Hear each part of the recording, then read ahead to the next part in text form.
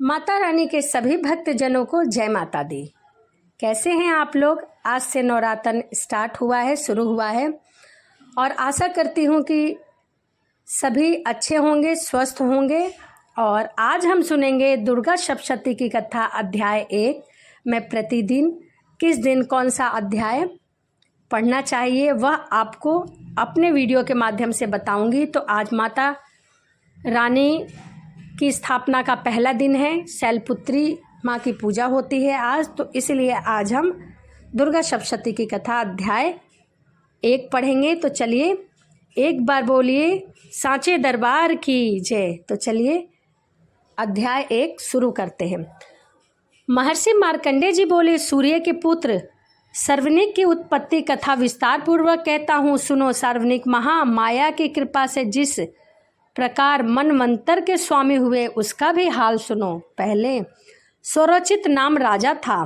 वह प्रजा को अपने पुत्र के समान मानते थे, तो भी कोल विध्वंसी राजा उनके शत्रु बन गए। दुष्टों को दंड देने वाले राजा सूरत की उनसे लड़ाई हो गई। कोला विध्वंसियों की संख्या में कम होने पर भी राजा सूरत युद्ध से उनसे हार गए। तब वह अपने नगर में आ गए। केवल अपने देश का राज्य उनके पास ही केवल रह गया था और वह उसी देश के राजा होकर राज्य करने लगे, किंतु उनके शत्रुओं ने फिर से उन पर आक्रमण कर दिया। उस समय राजा बलहीन हो गए थे। राजा को बलहीन देखकर उनके दुष्ट मंत्रियों ने भी राजा का साथ छोड़ दिया और उनके खजाने को अपने अधिकार में कर लिया। राजा सूरत अपने राज्य अधिकार को हार कर शिकार खेलने के बहाने घोड़े पर सवार होकर एक भयंकर वन की ओर चले गए। उस वन में महर्षि मेघा का आश्रम था। वहाँ महर्षि मेघा अपने शिष्य तथा मुनियों से सुशोभित होकर वहाँ बैठे थे और वहाँ न जाने कितने हिंसक जीव परम शांति भाव में रहा करते थे। तभी राजा सूरत ने महर्षि मेघा को प्रणाम किया और महर्षि ने भी उनका उचित सत्कार किया। राजा सूरत महर्षि के आश्रम में कुछ समय तक ठहरे। अपने नगर की ममता से आकर्षित होकर राजा अपने मन में सोच रहे थे कि पूर्व काल में पूर्वजों के जिस नगर का पालन किया था वह आज मेरे हाथ में नहीं है, मेरे हाथ से निकल गया। मेरे दुष्ट एवं दुराचारी मंत्री ने मेरे साथ धर्म से रक्षा कर रहे होंगे या नहीं। मेरा प्रधान हाथी जो सदा मंद मंद वर्षा करने वाला और शूरवीर था, वह वैरागियों के वश में हो गया है। न जाने क्या दुख भोग रहा होगा। मेरे आज्ञाकारी नौकर जो मेरी कृपा से धन और भोजन पाते थे, वह सदैव सुखी रहते थे। वह न जाने मेरे पीछे पीछे चलते थे, अब वह क्या कर रहे होंगे। अब निश्चय ही दुष्ट राजाओं का अनुसरण करते होंगे तथा मेरे दुष्ट एवं दुराचारी मंत्रियों द्वारा व्यर्थ ही जीवन को व्यय करने से वंचित किया हुआ मेरा खजाना एक दिन अवश्य खाली हो जाएगा। इस प्रकार की बहुत सारी बातें सोच रहे थे राजा और दुखी हो रहे थे। एक दिन राजा सूरत ने महर्षि मेघा के आश्रम के निकट एक वेश्या को देखा। राजा सूरत ने पूछा, भाई तुम कौन हो? यहाँ आने का तुम्हारा क्या कारण है और तुम काफ़ी शोकग्रस्त दिखाई दे रहे हो, क्या कारण है इसका? राजा ने नम्र वचन सुन वेश्या ने महाराज सूरत को प्रणाम करके कहा, मैं वेश्या हूँ राजन, मेरा नाम समधि है। मैं धनियों के कुल में उत्पन्न एक वेश्या हूँ। मेरे दुष्ट पुत्र और पत्नी ने लोभ से मेरा सभी धन छीन लिया और मुझे घर से निकाल दिया है। अब मैं इस तरह से दुखी होकर इस वन में चला आया हूँ और यहाँ रहता हूँ। मैं इस बात को भी नहीं जानता कि अब मेरे घर में सब कुशल पूर्वक है भी या नहीं। यहाँ मैं अपने परिवार का आचरण संबंधी कोई समाचार भी नहीं प्राप्त कर सकता हूँ कि वह घर में किस अवस्था में है, कुशल है भी या नहीं। मैं अपने पुत्रों के संबंध में यह भी नहीं जानता हूँ कि वह सदाचारी है या दुराचार में फंसे हुए हैं। राजा बोले, जिस धन के लोभी तुम्हारे स्त्री और पुत्र ने तुम्हें घर से निकाल दिया, फिर भी तुम उनका चिंतन कर रहे हो, यह तुम्हारा प्रेम है। वेश्या ने कहा, मेरे विषय में आपका ऐसा कहना ठीक है, किंतु मेरा मन इतना कठोर नहीं है कि मैं उनके जैसा बनूं।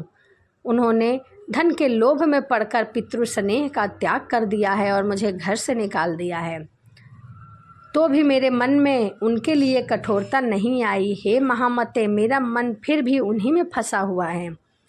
इस बात को जानता हूँ, मेरा चित्त उनके दुखी होने से दुखी होता है। मैं उनके लिए लंबी लंबी सांसें ले रहा हूँ। उन लोगों में प्रेम नाम को नहीं है, फिर भी ऐसे ही निस्नेहियों के लिए मेरा हृदय कठोर नहीं है।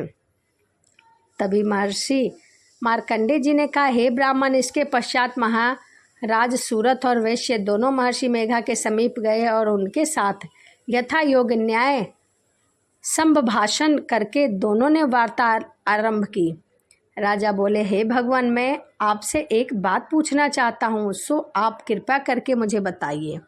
मेरा मन अधीन नहीं है, इसमें बहुत दुखी हूँ। राजा, धनाधिक की चिंता अभी तक मुझ पर बनी हुई है। यह मेरी ममता अज्ञानियों की तरह बढ़ती जा रही है और यह समाधि नामक वेश्य भी अपने घर से अपमानित होकर आया है। इसके स्वजनों ने भी इसका त्याग कर दिया है, फिर भी इसके मन में हृदय प्रेम है। इस तरह हम दोनों ही दुखी हैं। हे महाभाग, उन लोगों के अवगुणों को देखकर भी हम दोनों के मन में उनके लिए ममता जनित आकर्षण उत्पन्न हो रहा है। हमारे ज्ञान रहते हुए भी ऐसा क्यों? अज्ञानी मनुष्य भी हम दोनों में मूर्खता क्यों है? महर्षि मेघा ने कहा, यह विषम मार्ग का ज्ञान सब जंतुओं को है। सबके लिए विषय पृथक पृथक होते हैं। कुछ प्राणी दिन में नहीं देख पाते तो कुछ रात में, किंतु कुछ जीव ऐसे भी हैं जो दिन और रात दोनों समय देख सकते हैं। यह सत्य है कि मनुष्य में ज्ञान प्रधान है, किंतु केवल मनुष्य ज्ञानी नहीं है, पशु पक्षी भी ज्ञान रखते हैं। जैसे यह पशु पक्षी ज्ञानी है, वैसे ही मनुष्य भी ज्ञानी है। जो ज्ञान मनुष्य में वैसे ही पशु पक्षियों में है।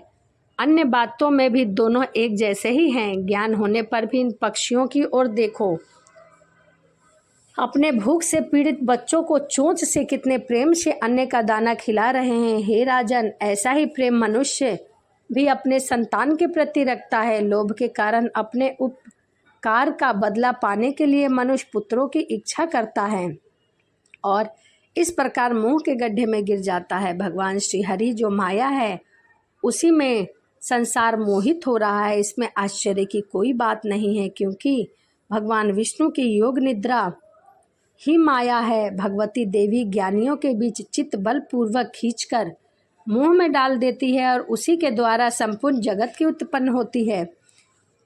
यही भगवती देवी प्रसन्न होकर मनुष्य को मुक्ति प्रदान करती है। यही संसार के बंधन का कारण है तथा संपूर्ण ईश्वरों की भी स्वामिनी है। महाराज सूरत ने पूछा, भगवान, यह देवी कौन है जिसको आप महामाया कहते हैं? हे ब्राह्मण, वह कैसे उत्पन्न हुई और इसका क्या कार्य है? इनके चरित्र कौन कौन से हैं? प्रभु, उसका जैसा प्रभाव है, जैसा स्वरूप है, यह सब कृपा करके मुझसे कहिए, मैं आपसे सुनना चाहता हूँ। महर्षि मेघा बोले, हे राजन, वह देवी नित्य स्वरूपा है। उसके द्वारा यह संसार रचा है, तब भी उसकी उत्पत्ति अनेक प्रकार से होती है। वह सब आप मुझसे सुने। वह देवताओं का कार्य सिद्ध करने के लिए प्रकट हुई है।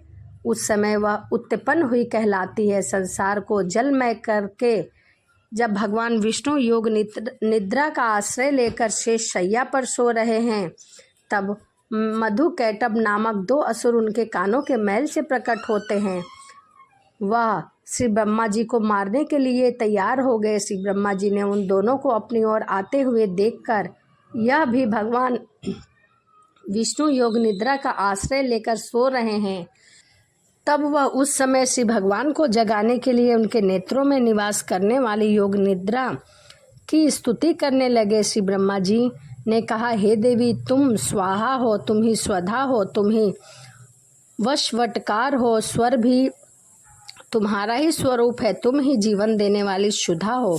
नित्य अक्षर प्रसव में आकर उकर मकार इन तीनों में माताओं के रूप में तुम ही स्थित हो। इसके अतिरिक्त जो भी अर्धमात्र है उसका की विशेष रूप से उच्चारण नहीं किया जाता है। हे देवी, वह भी तुम ही हो। देवी स्वधा है, सावित्री है, परम जननी है, तुम ही हो। तुम इस विश्व को धारण करने वाली हो। तुमने ही इस जगत की रचना की है और तुम ही इस जगत का पालन करने वाले हो। तुम ही कल्प के अंत में सबको भक्षण करने वाली हो। हे देवी, जगत की उत्पत्ति के समय तुम सृष्टि रूपा हो, पालन काल में स्थित रूपा हो और कल्प के अंत में संहार रूप धारण करने वाली हो। तुम ही महाविद्या, महामाया, महामेघा, महारात्रि और मोहरात्रि हो। श्री ईश्वरीय और बोध स्वरूपा बुद्धि भी तुम ही हो। लज्जा, पुष्टि, शांति और क्षमा भी तुम ही हो। तुम खड़ग धारणी, शूल धारणी, घोर रूपा तथा गदा, चक्र, शंख, धनुष को धारण करने वाली हो। बाण, भृगटी और परिधि यह भी तुम्हारे ही शस्त्र है। तुम सौम्य हो, सोमांतर हो। यही नहीं बल्कि जितनी भी सौम्य और सुंदर वस्तुएं इस संसार में है उससे भी बढ़कर तुम हो और सबसे सुंदर तुम हो। स्वरूपा देवी भी तुम ही हो। उनमें जो शक्ति है वह भी तुम ही हो। ऐसी अवस्था में भला तुम्हारी स्तुति कौन कर सकता है। इस संसार की सृष्टि, पालन और संहार करने वाले भगवान, उनकी भी जब तुमने निद्रा में वशीभूत कर दिया तो फिर तुम्हारी स्थिति कौन कर सकता है। तुम्हें भगवान विष्णु तथा भगवान शंकर को शरीर धारण करने वाली तुम ही हो। तुम्हारी स्थिति करने की शक्ति किसमें है। हे देवी, तुम तो अपने इन उद्धार प्रभावों के कारण ही प्रशासनिक हो। मधु और कैटभ जो भयंकर असुर हैं उन्हें मोह में डालने वाली श्री हरि भगवान विष्णु को जल्दी जगा दो ताकि वह इन्हें मार डालने की बुद्धि भी उत्पन्न कर दे। महर्षि मेघा ने बोला, हे राजन, जब श्री ब्रह्मा जी ने देवी की इस प्रकार से स्तुति करके भगवान को जगाने तथा मधु कैटभ को मारने के लिए कहा तब भगवान श्री विष्णु के नेत्र, मुख, नासिका, बाहु, हृदय और वक्ष स्थल से निकल ब्रह्मा जी के सामने खड़ी हो गई। उनका ऐसा करना था कि भगवान श्री हरि तुरंत जाग उठे और दोनों असुरों को देखे तो जो अत्यंत बलवान तथा प्रकर्मी थे और मारे क्रोध के जिनके नेत्र लाल हो रहे थे, जो ब्रह्मा जी का वध करने के लिए तैयार थे, तब क्रोधित होकर उन दोनों दुराचारी दुरात्मा असुर के साथ भगवान श्री हरि ने पूरे 5000 वर्ष तक लड़े। एक तो अत्यंत बलवान, दूसरा प्रकर्मी थे। महामाया ने भी उन्हें मुंह में डाल रखा था। अतः वह श्री भगवान से कहने लगे, हम दोनों तुम्हारी वीरता से अत्यंत प्रसन्न हैं, तुम इससे कोई वर मांगो। भगवान ने कहा, यदि तुम मुझसे प्रसन्न हो तो अब तुम मेरे हाथों मर जाओ। बस इतना सा ही वर मैं तुमसे मांगता हूँ, यहाँ दूसरे वर से क्या प्रयोजन है। महर्षि मेघा बोले, इस तरह से जब वह धोखे में आ गए और अपने चारों ओर जल ही जल देखा, तब भगवान श्री हरि कहने लगे, जहाँ पर जल ना हो, सूखी जमीन हो, उसी जगह हमारा वध किया जाए। महर्षि मेघा कहने लगे कि तथास्तु कहकर भगवान श्री हरि ने उन दोनों को अपनी जांघ पर लिटाकर उन दोनों के सिर काट डाले। इस तरह से यह देवी श्री ब्रह्मा जी के स्तुति करने से प्रकट हुई थी। अब तुम से इनके प्रभाव का वर्णन कहता हूँ। यह दुर्गा सप्तशती की कथा अध्याय 1 यहीं समाप्त हुआ। तो चलिए अगली वीडियो में मैं आपको दुर्गा सप्तशती की कथा अध्याय 2 सुनाऊंगी। तो एक बार बोलिए, माँ जगत जननी की जय। तो चलिए इसी के साथ वीडियो को समाप्त करते हैं और मिलते हैं अगली वीडियो में। सभी भक्तजनों को जय माता दी। सभी को जय माता दी, राधे राधे। कैसे हैं आप लोग? आशा करती हूँ कि माता रानी की असीम कृपा आप सभी पर बनी रहे, आप सभी स्वस्थ हो और अच्छे हो। इसी कामना के साथ आज हम सुनेंगे दुर्गा सप्तशती की कथा अध्याय 2 और 3। तो चलिए हाथ में ले लीजिए पुष्प और अक्षत और करिए माता रानी का ध्यान और चलिए सुनते हैं हम दुर्गा सप्तशती की कथा अध्याय 2 और 3। एक बार बोलिए, सांचे दरबार की जय। महर्षि मेघा बोले, प्राचीन काल में देवता और असुरों में पूरे 100 वर्ष तक घना घोर युद्ध हुआ और देवराज इंद्र देवताओं के नायक थे। इस युद्ध में देवताओं की सेना परास्त हो गई और इस प्रकार संपूर्ण देवताओं को जीत महिषासुर इंद्र बन बैठा। युद्ध के पश्चात हारे हुए देवता प्रजापति श्री ब्रह्मा को साथ लेकर उस स्थान पर जा पहुँचे जहाँ भगवान शंकर विराजमान थे। देवताओं ने अपनी हार का सारा वृतांत भगवान विष्णु और शंकर जी को कह सुनाया।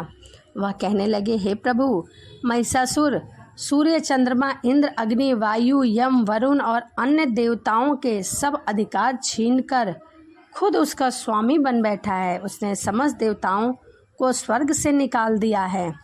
वह मनुष्य की तरह पृथ्वी पर विचर कर रहा है। दैत्यों की सारी करतूत हमने आपको सुना दी है और हम आपकी शरण में इसलिए आए हैं कि आप उनके वध का कोई उपाय बताइए। देवताओं की बातें सुनकर भगवान विष्णु और शंकर जी को दैत्य पर बहुत गुस्सा आया। उनकी भौहें तन गई और आंखें लाल हो गई। गुस्से से भरे हुए भगवान विष्णु के मुख से बहुत बड़ा सा एक तेज निकला। उसी तेज से भगवान शंकर, ब्रह्मा और इंद्र आदि दूसरे देवताओं के मुख से प्रकट हुआ। फिर वह सारा तेज मिलकर एक तेज का पुंज बना, जैसे कि ज्वालामुखी पर्वत हो। देवताओं ने देखा कि उस पर्वत की ज्वाला चारों ओर फैली हुई है और देवताओं के शरीर से प्रकट हुई तेज की किसी तेज से तुलना नहीं की जा सकती। एक स्थान पर इकट्ठा होने पर वह तेज देवी के रूप में परिवर्तित हो गया और अपने प्रकाश से तीनों लोक में व्याप्त हो गया। वह भगवान शंकर का तेज था। उसमें देवी का मुख प्रकट हुआ। यमराज के तेज से उनके सिर के बाल बने। भगवान विष्णु के तेज से उनकी भुजाएं बनी। चंद्रमा के तेज से दोनों स्तन और इंद्र के तेज से जंघा तथा पिंडलियां बनी। पृथ्वी के तेज से नितंब भाग बना। ब्रह्मा जी के तेज से दोनों चरण और सूर्य की तेज से उनकी अंगुलियां बनी। वसुओं के तेज से हाथों की उंगलियां एवं कुबेर के तेज से नासिका बनी। प्रजापति के तेज से उनके दांत और अग्नि के तेज से उनके नेत्र बने। संध्या के तेज से उनकी भौहें और वायु की तेज से उनके कान प्रकट हो गए थे। इस प्रकार उस देवी का प्रादुर्भाव हुआ। महिषासुर से पराजित देवता उस देवी को देखकर अत्यंत प्रसन्न हुए। भगवान शंकर ने अपने त्रिशूल में से एक त्रिशूल निकालकर देवी को दे दिया। वरुण ने देवी को शंख भेंट किया। अग्नि ने उन्हें शक्ति दी। वायु ने धनुष और बाण दिए। सहस्त्र नेत्रों वाली श्री देवराज इंद्र ने उन्हें अपने व्रज से उत्पन्न करने वाला व्रज दिया। ऐरावती हाथी का एक घंटा उतारकर देवी को भेंट किया। यमराज ने उसे काल दंड में से एक दंड निकाल कर दिया। वरुण ने उन्हें पास दिया। प्रजापति ने उस देवी को स्फटिक की माला दी और ब्रह्मा जी ने कमंडल दिया। सूर्य ने देवी के समस्त रोमों में अपनी किरणों का तेज भर दिया। काल ने उसे चमकती हुई ढाल और तलवार दी। उज्ज्वल हार और दिव्य वस्त्र भी भेंट किए गए। इनके साथ ही उन्हें दिव्य चुंडामयी दी। कुंडल, कनक, उज्ज्वल अर्धचंद्र, बाहों के लिए बाजूबंद, चरणों के लिए पायल, गले के लिए सुंदर हंसली और अंगुलियों में पहनने के लिए रत्नों से बनी अंगूठियाँ दी गई। विश्वकर्मा ने उन्हें परसा दिया और उनके साथ ही कई प्रकार के अस्त्र और अभेद कवच दिए गए। इसके अतिरिक्त उसने कभी न कुंभलाने वाले सुंदर कमलों की मालाएं भेंट की गई। समुद्र ने सुंदर कमल का फूल भेंट किया। हिमालय ने सवारी के लिए एक सिंह और तरह तरह के रत्न देवी को भेंट किए।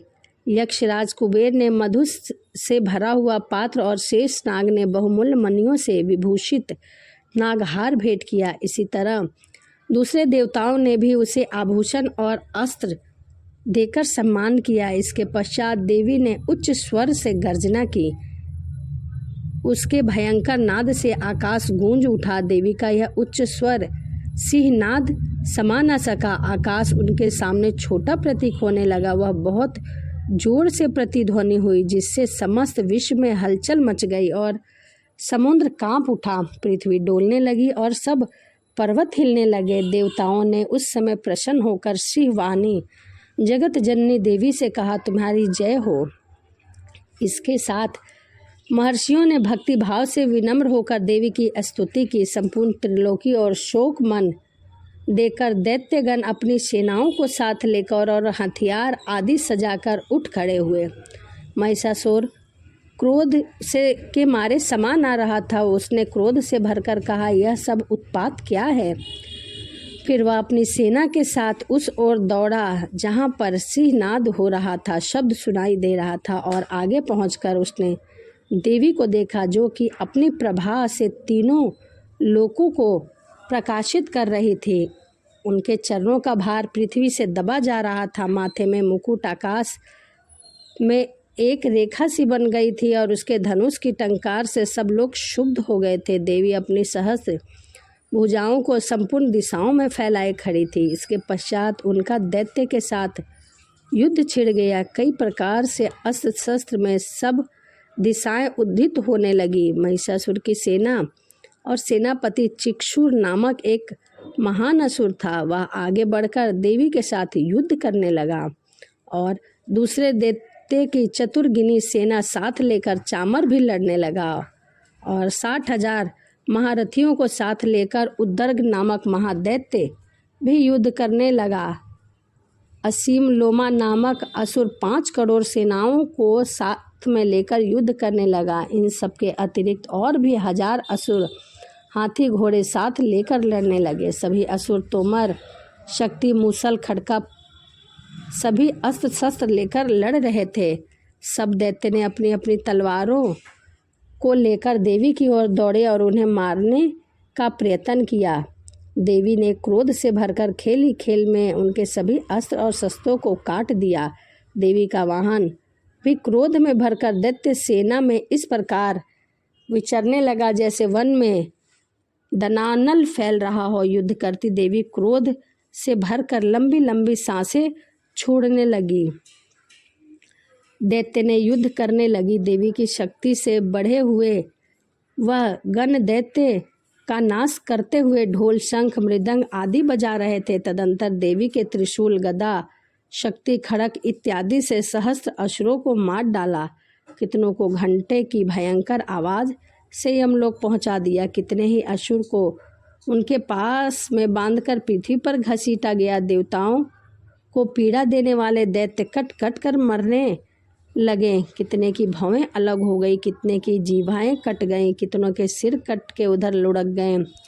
कितने ही सिर और पैरों के कटने पर भी भूमि पर उठ खड़े हुए और अस्त्र शस्त्र लेकर दोबारा देवी से लड़ने लग गए। जहाँ पर यह घोर संग्राम हुआ वहाँ की भूमि रथ, हाथी, घोड़े, असुर की लाशों से भर गई थी और असुर सेना के बीच में रक्तपात होने के कारण रुधिर की नदियाँ बह रही थी। इस तरह देवी ने असुरों की विशाल सेना को क्षण भर में ही नष्ट कर दिया, जैसे तृण काष्ठ के बड़े समूह को अग्नि के समान नष्ट कर देती है। वहाँ देवी के गणों ने जब दैत्य के साथ युद्ध किया तो देवताओं ने प्रसन्न होकर आकाश से पुष्प की वर्षा की। तो दुर्गा सप्तशती की कथा अध्याय 2 यहीं समाप्त होता है। आइए अब हम सुनेंगे दुर्गा सप्तशती की कथा अध्याय 3। तो चलिए माता रानी का ध्यान करते हैं और आगे की कथा का श्रवण पान करते हैं। महर्षि मेघा ने कहा, महिषासुर की सेना नष्ट होती देखकर उस सेना का सेनापति चिक्षुर क्रोध से भरकर देवी के साथ युद्ध करने के लिए आगे बढ़ा। वह देवी पर इस प्रकार बाणों की वर्षा करने लगा मानो सुमेरु पर्वत पानी का धार बरसा रहे हो। इस प्रकार देवी ने अपने बाणों से उनके बाणों को काट डाला तथा उनके घोड़ों और सारथियों को मार दिया। साथ ही उनके धनुष और उनकी अत्यंत ऊंची आवाज को भी काटकर नीचे गिरा दिया। उसका धनुष कट जाने के पश्चात उसके शरीर के अंगों को भी अपने बाणों से बीध दिया। धनुष, घोड़े और सारथी के नष्ट हो जाने पर असुर ढाल और तलवार लेकर देवी की तरफ आए। उनको अपनी तरफ तीक्ष्ण धार वाली तलवार से देखी के सिंह के मस्तक पर वार किया और बड़े वेग से देवी बाईं भुजा पर वार किया, किंतु देवी की बाईं भुजा को छूते ही उस दैत्य की तलवार के टुकड़े टुकड़े हो गए। इससे दैत्य ने क्रोध में भरकर शूल हाथ में लिया और उसे भद्रकाली देवी की ओर फेंका। देवी की ओर आता हुआ देखकर शूल आकाश में गिरते हुए सूर्य के समान प्रज्वलित हो उठा।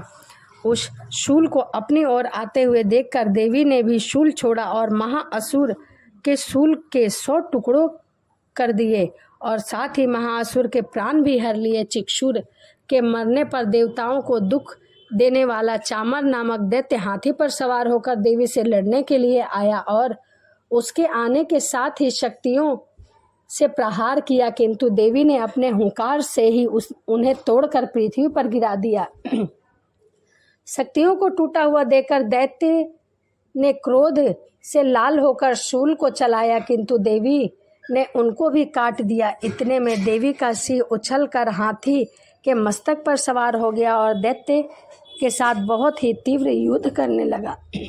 फिर वह दोनों लड़ने लगे। फिर सिंह बड़े जोर से आकाश की ओर उछला और जब पृथ्वी की ओर आया तो अपने पंजे में चामर का सिर धड़ से अलग कर दिया। क्रोध से भरी हुई देवी ने शिला और वृक्ष आदि की चोटे से उद्दंग को भी मार दिया। कराल को दांत, मुक्कों तथा थप्पड़ों से चूर्ण कर डाला।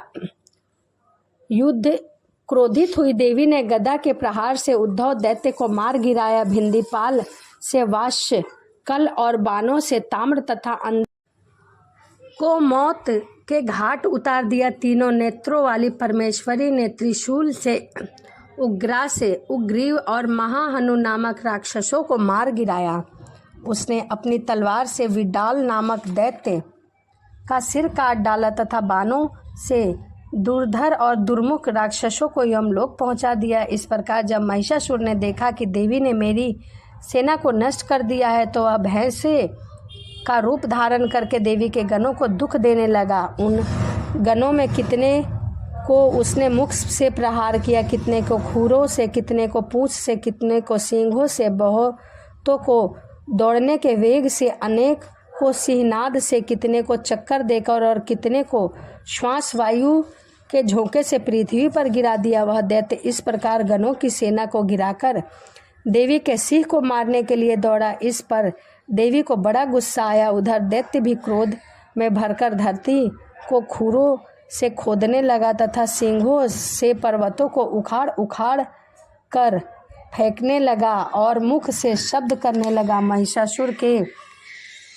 वेग के चक्कर देने के कारण पृथ्वी शुद्ध होकर फटने लगे। उसकी पूंछ के टंकार समुद्र चारों ओर फैलने लगा। हिलते हुए सिंहों के आघात से मेघ खड़क खड़क हो गए और राक्षस को देख चंडिका को भी क्रोध आ गया और वह उनको मारने के लिए क्रोध से भर गए। देवी ने पास फेंक कर दैत्य को बांध लिया और उसने पास में बंध जाने पर दैत्य का रूप त्याग कर सिंह का रूप बना लिया। ज्यों ही देवी उसका सिर काटने के लिए तैयार हुई, उसने पुरुष का रूप बना लिया जो कि हाथ में तलवार लिए हुए था।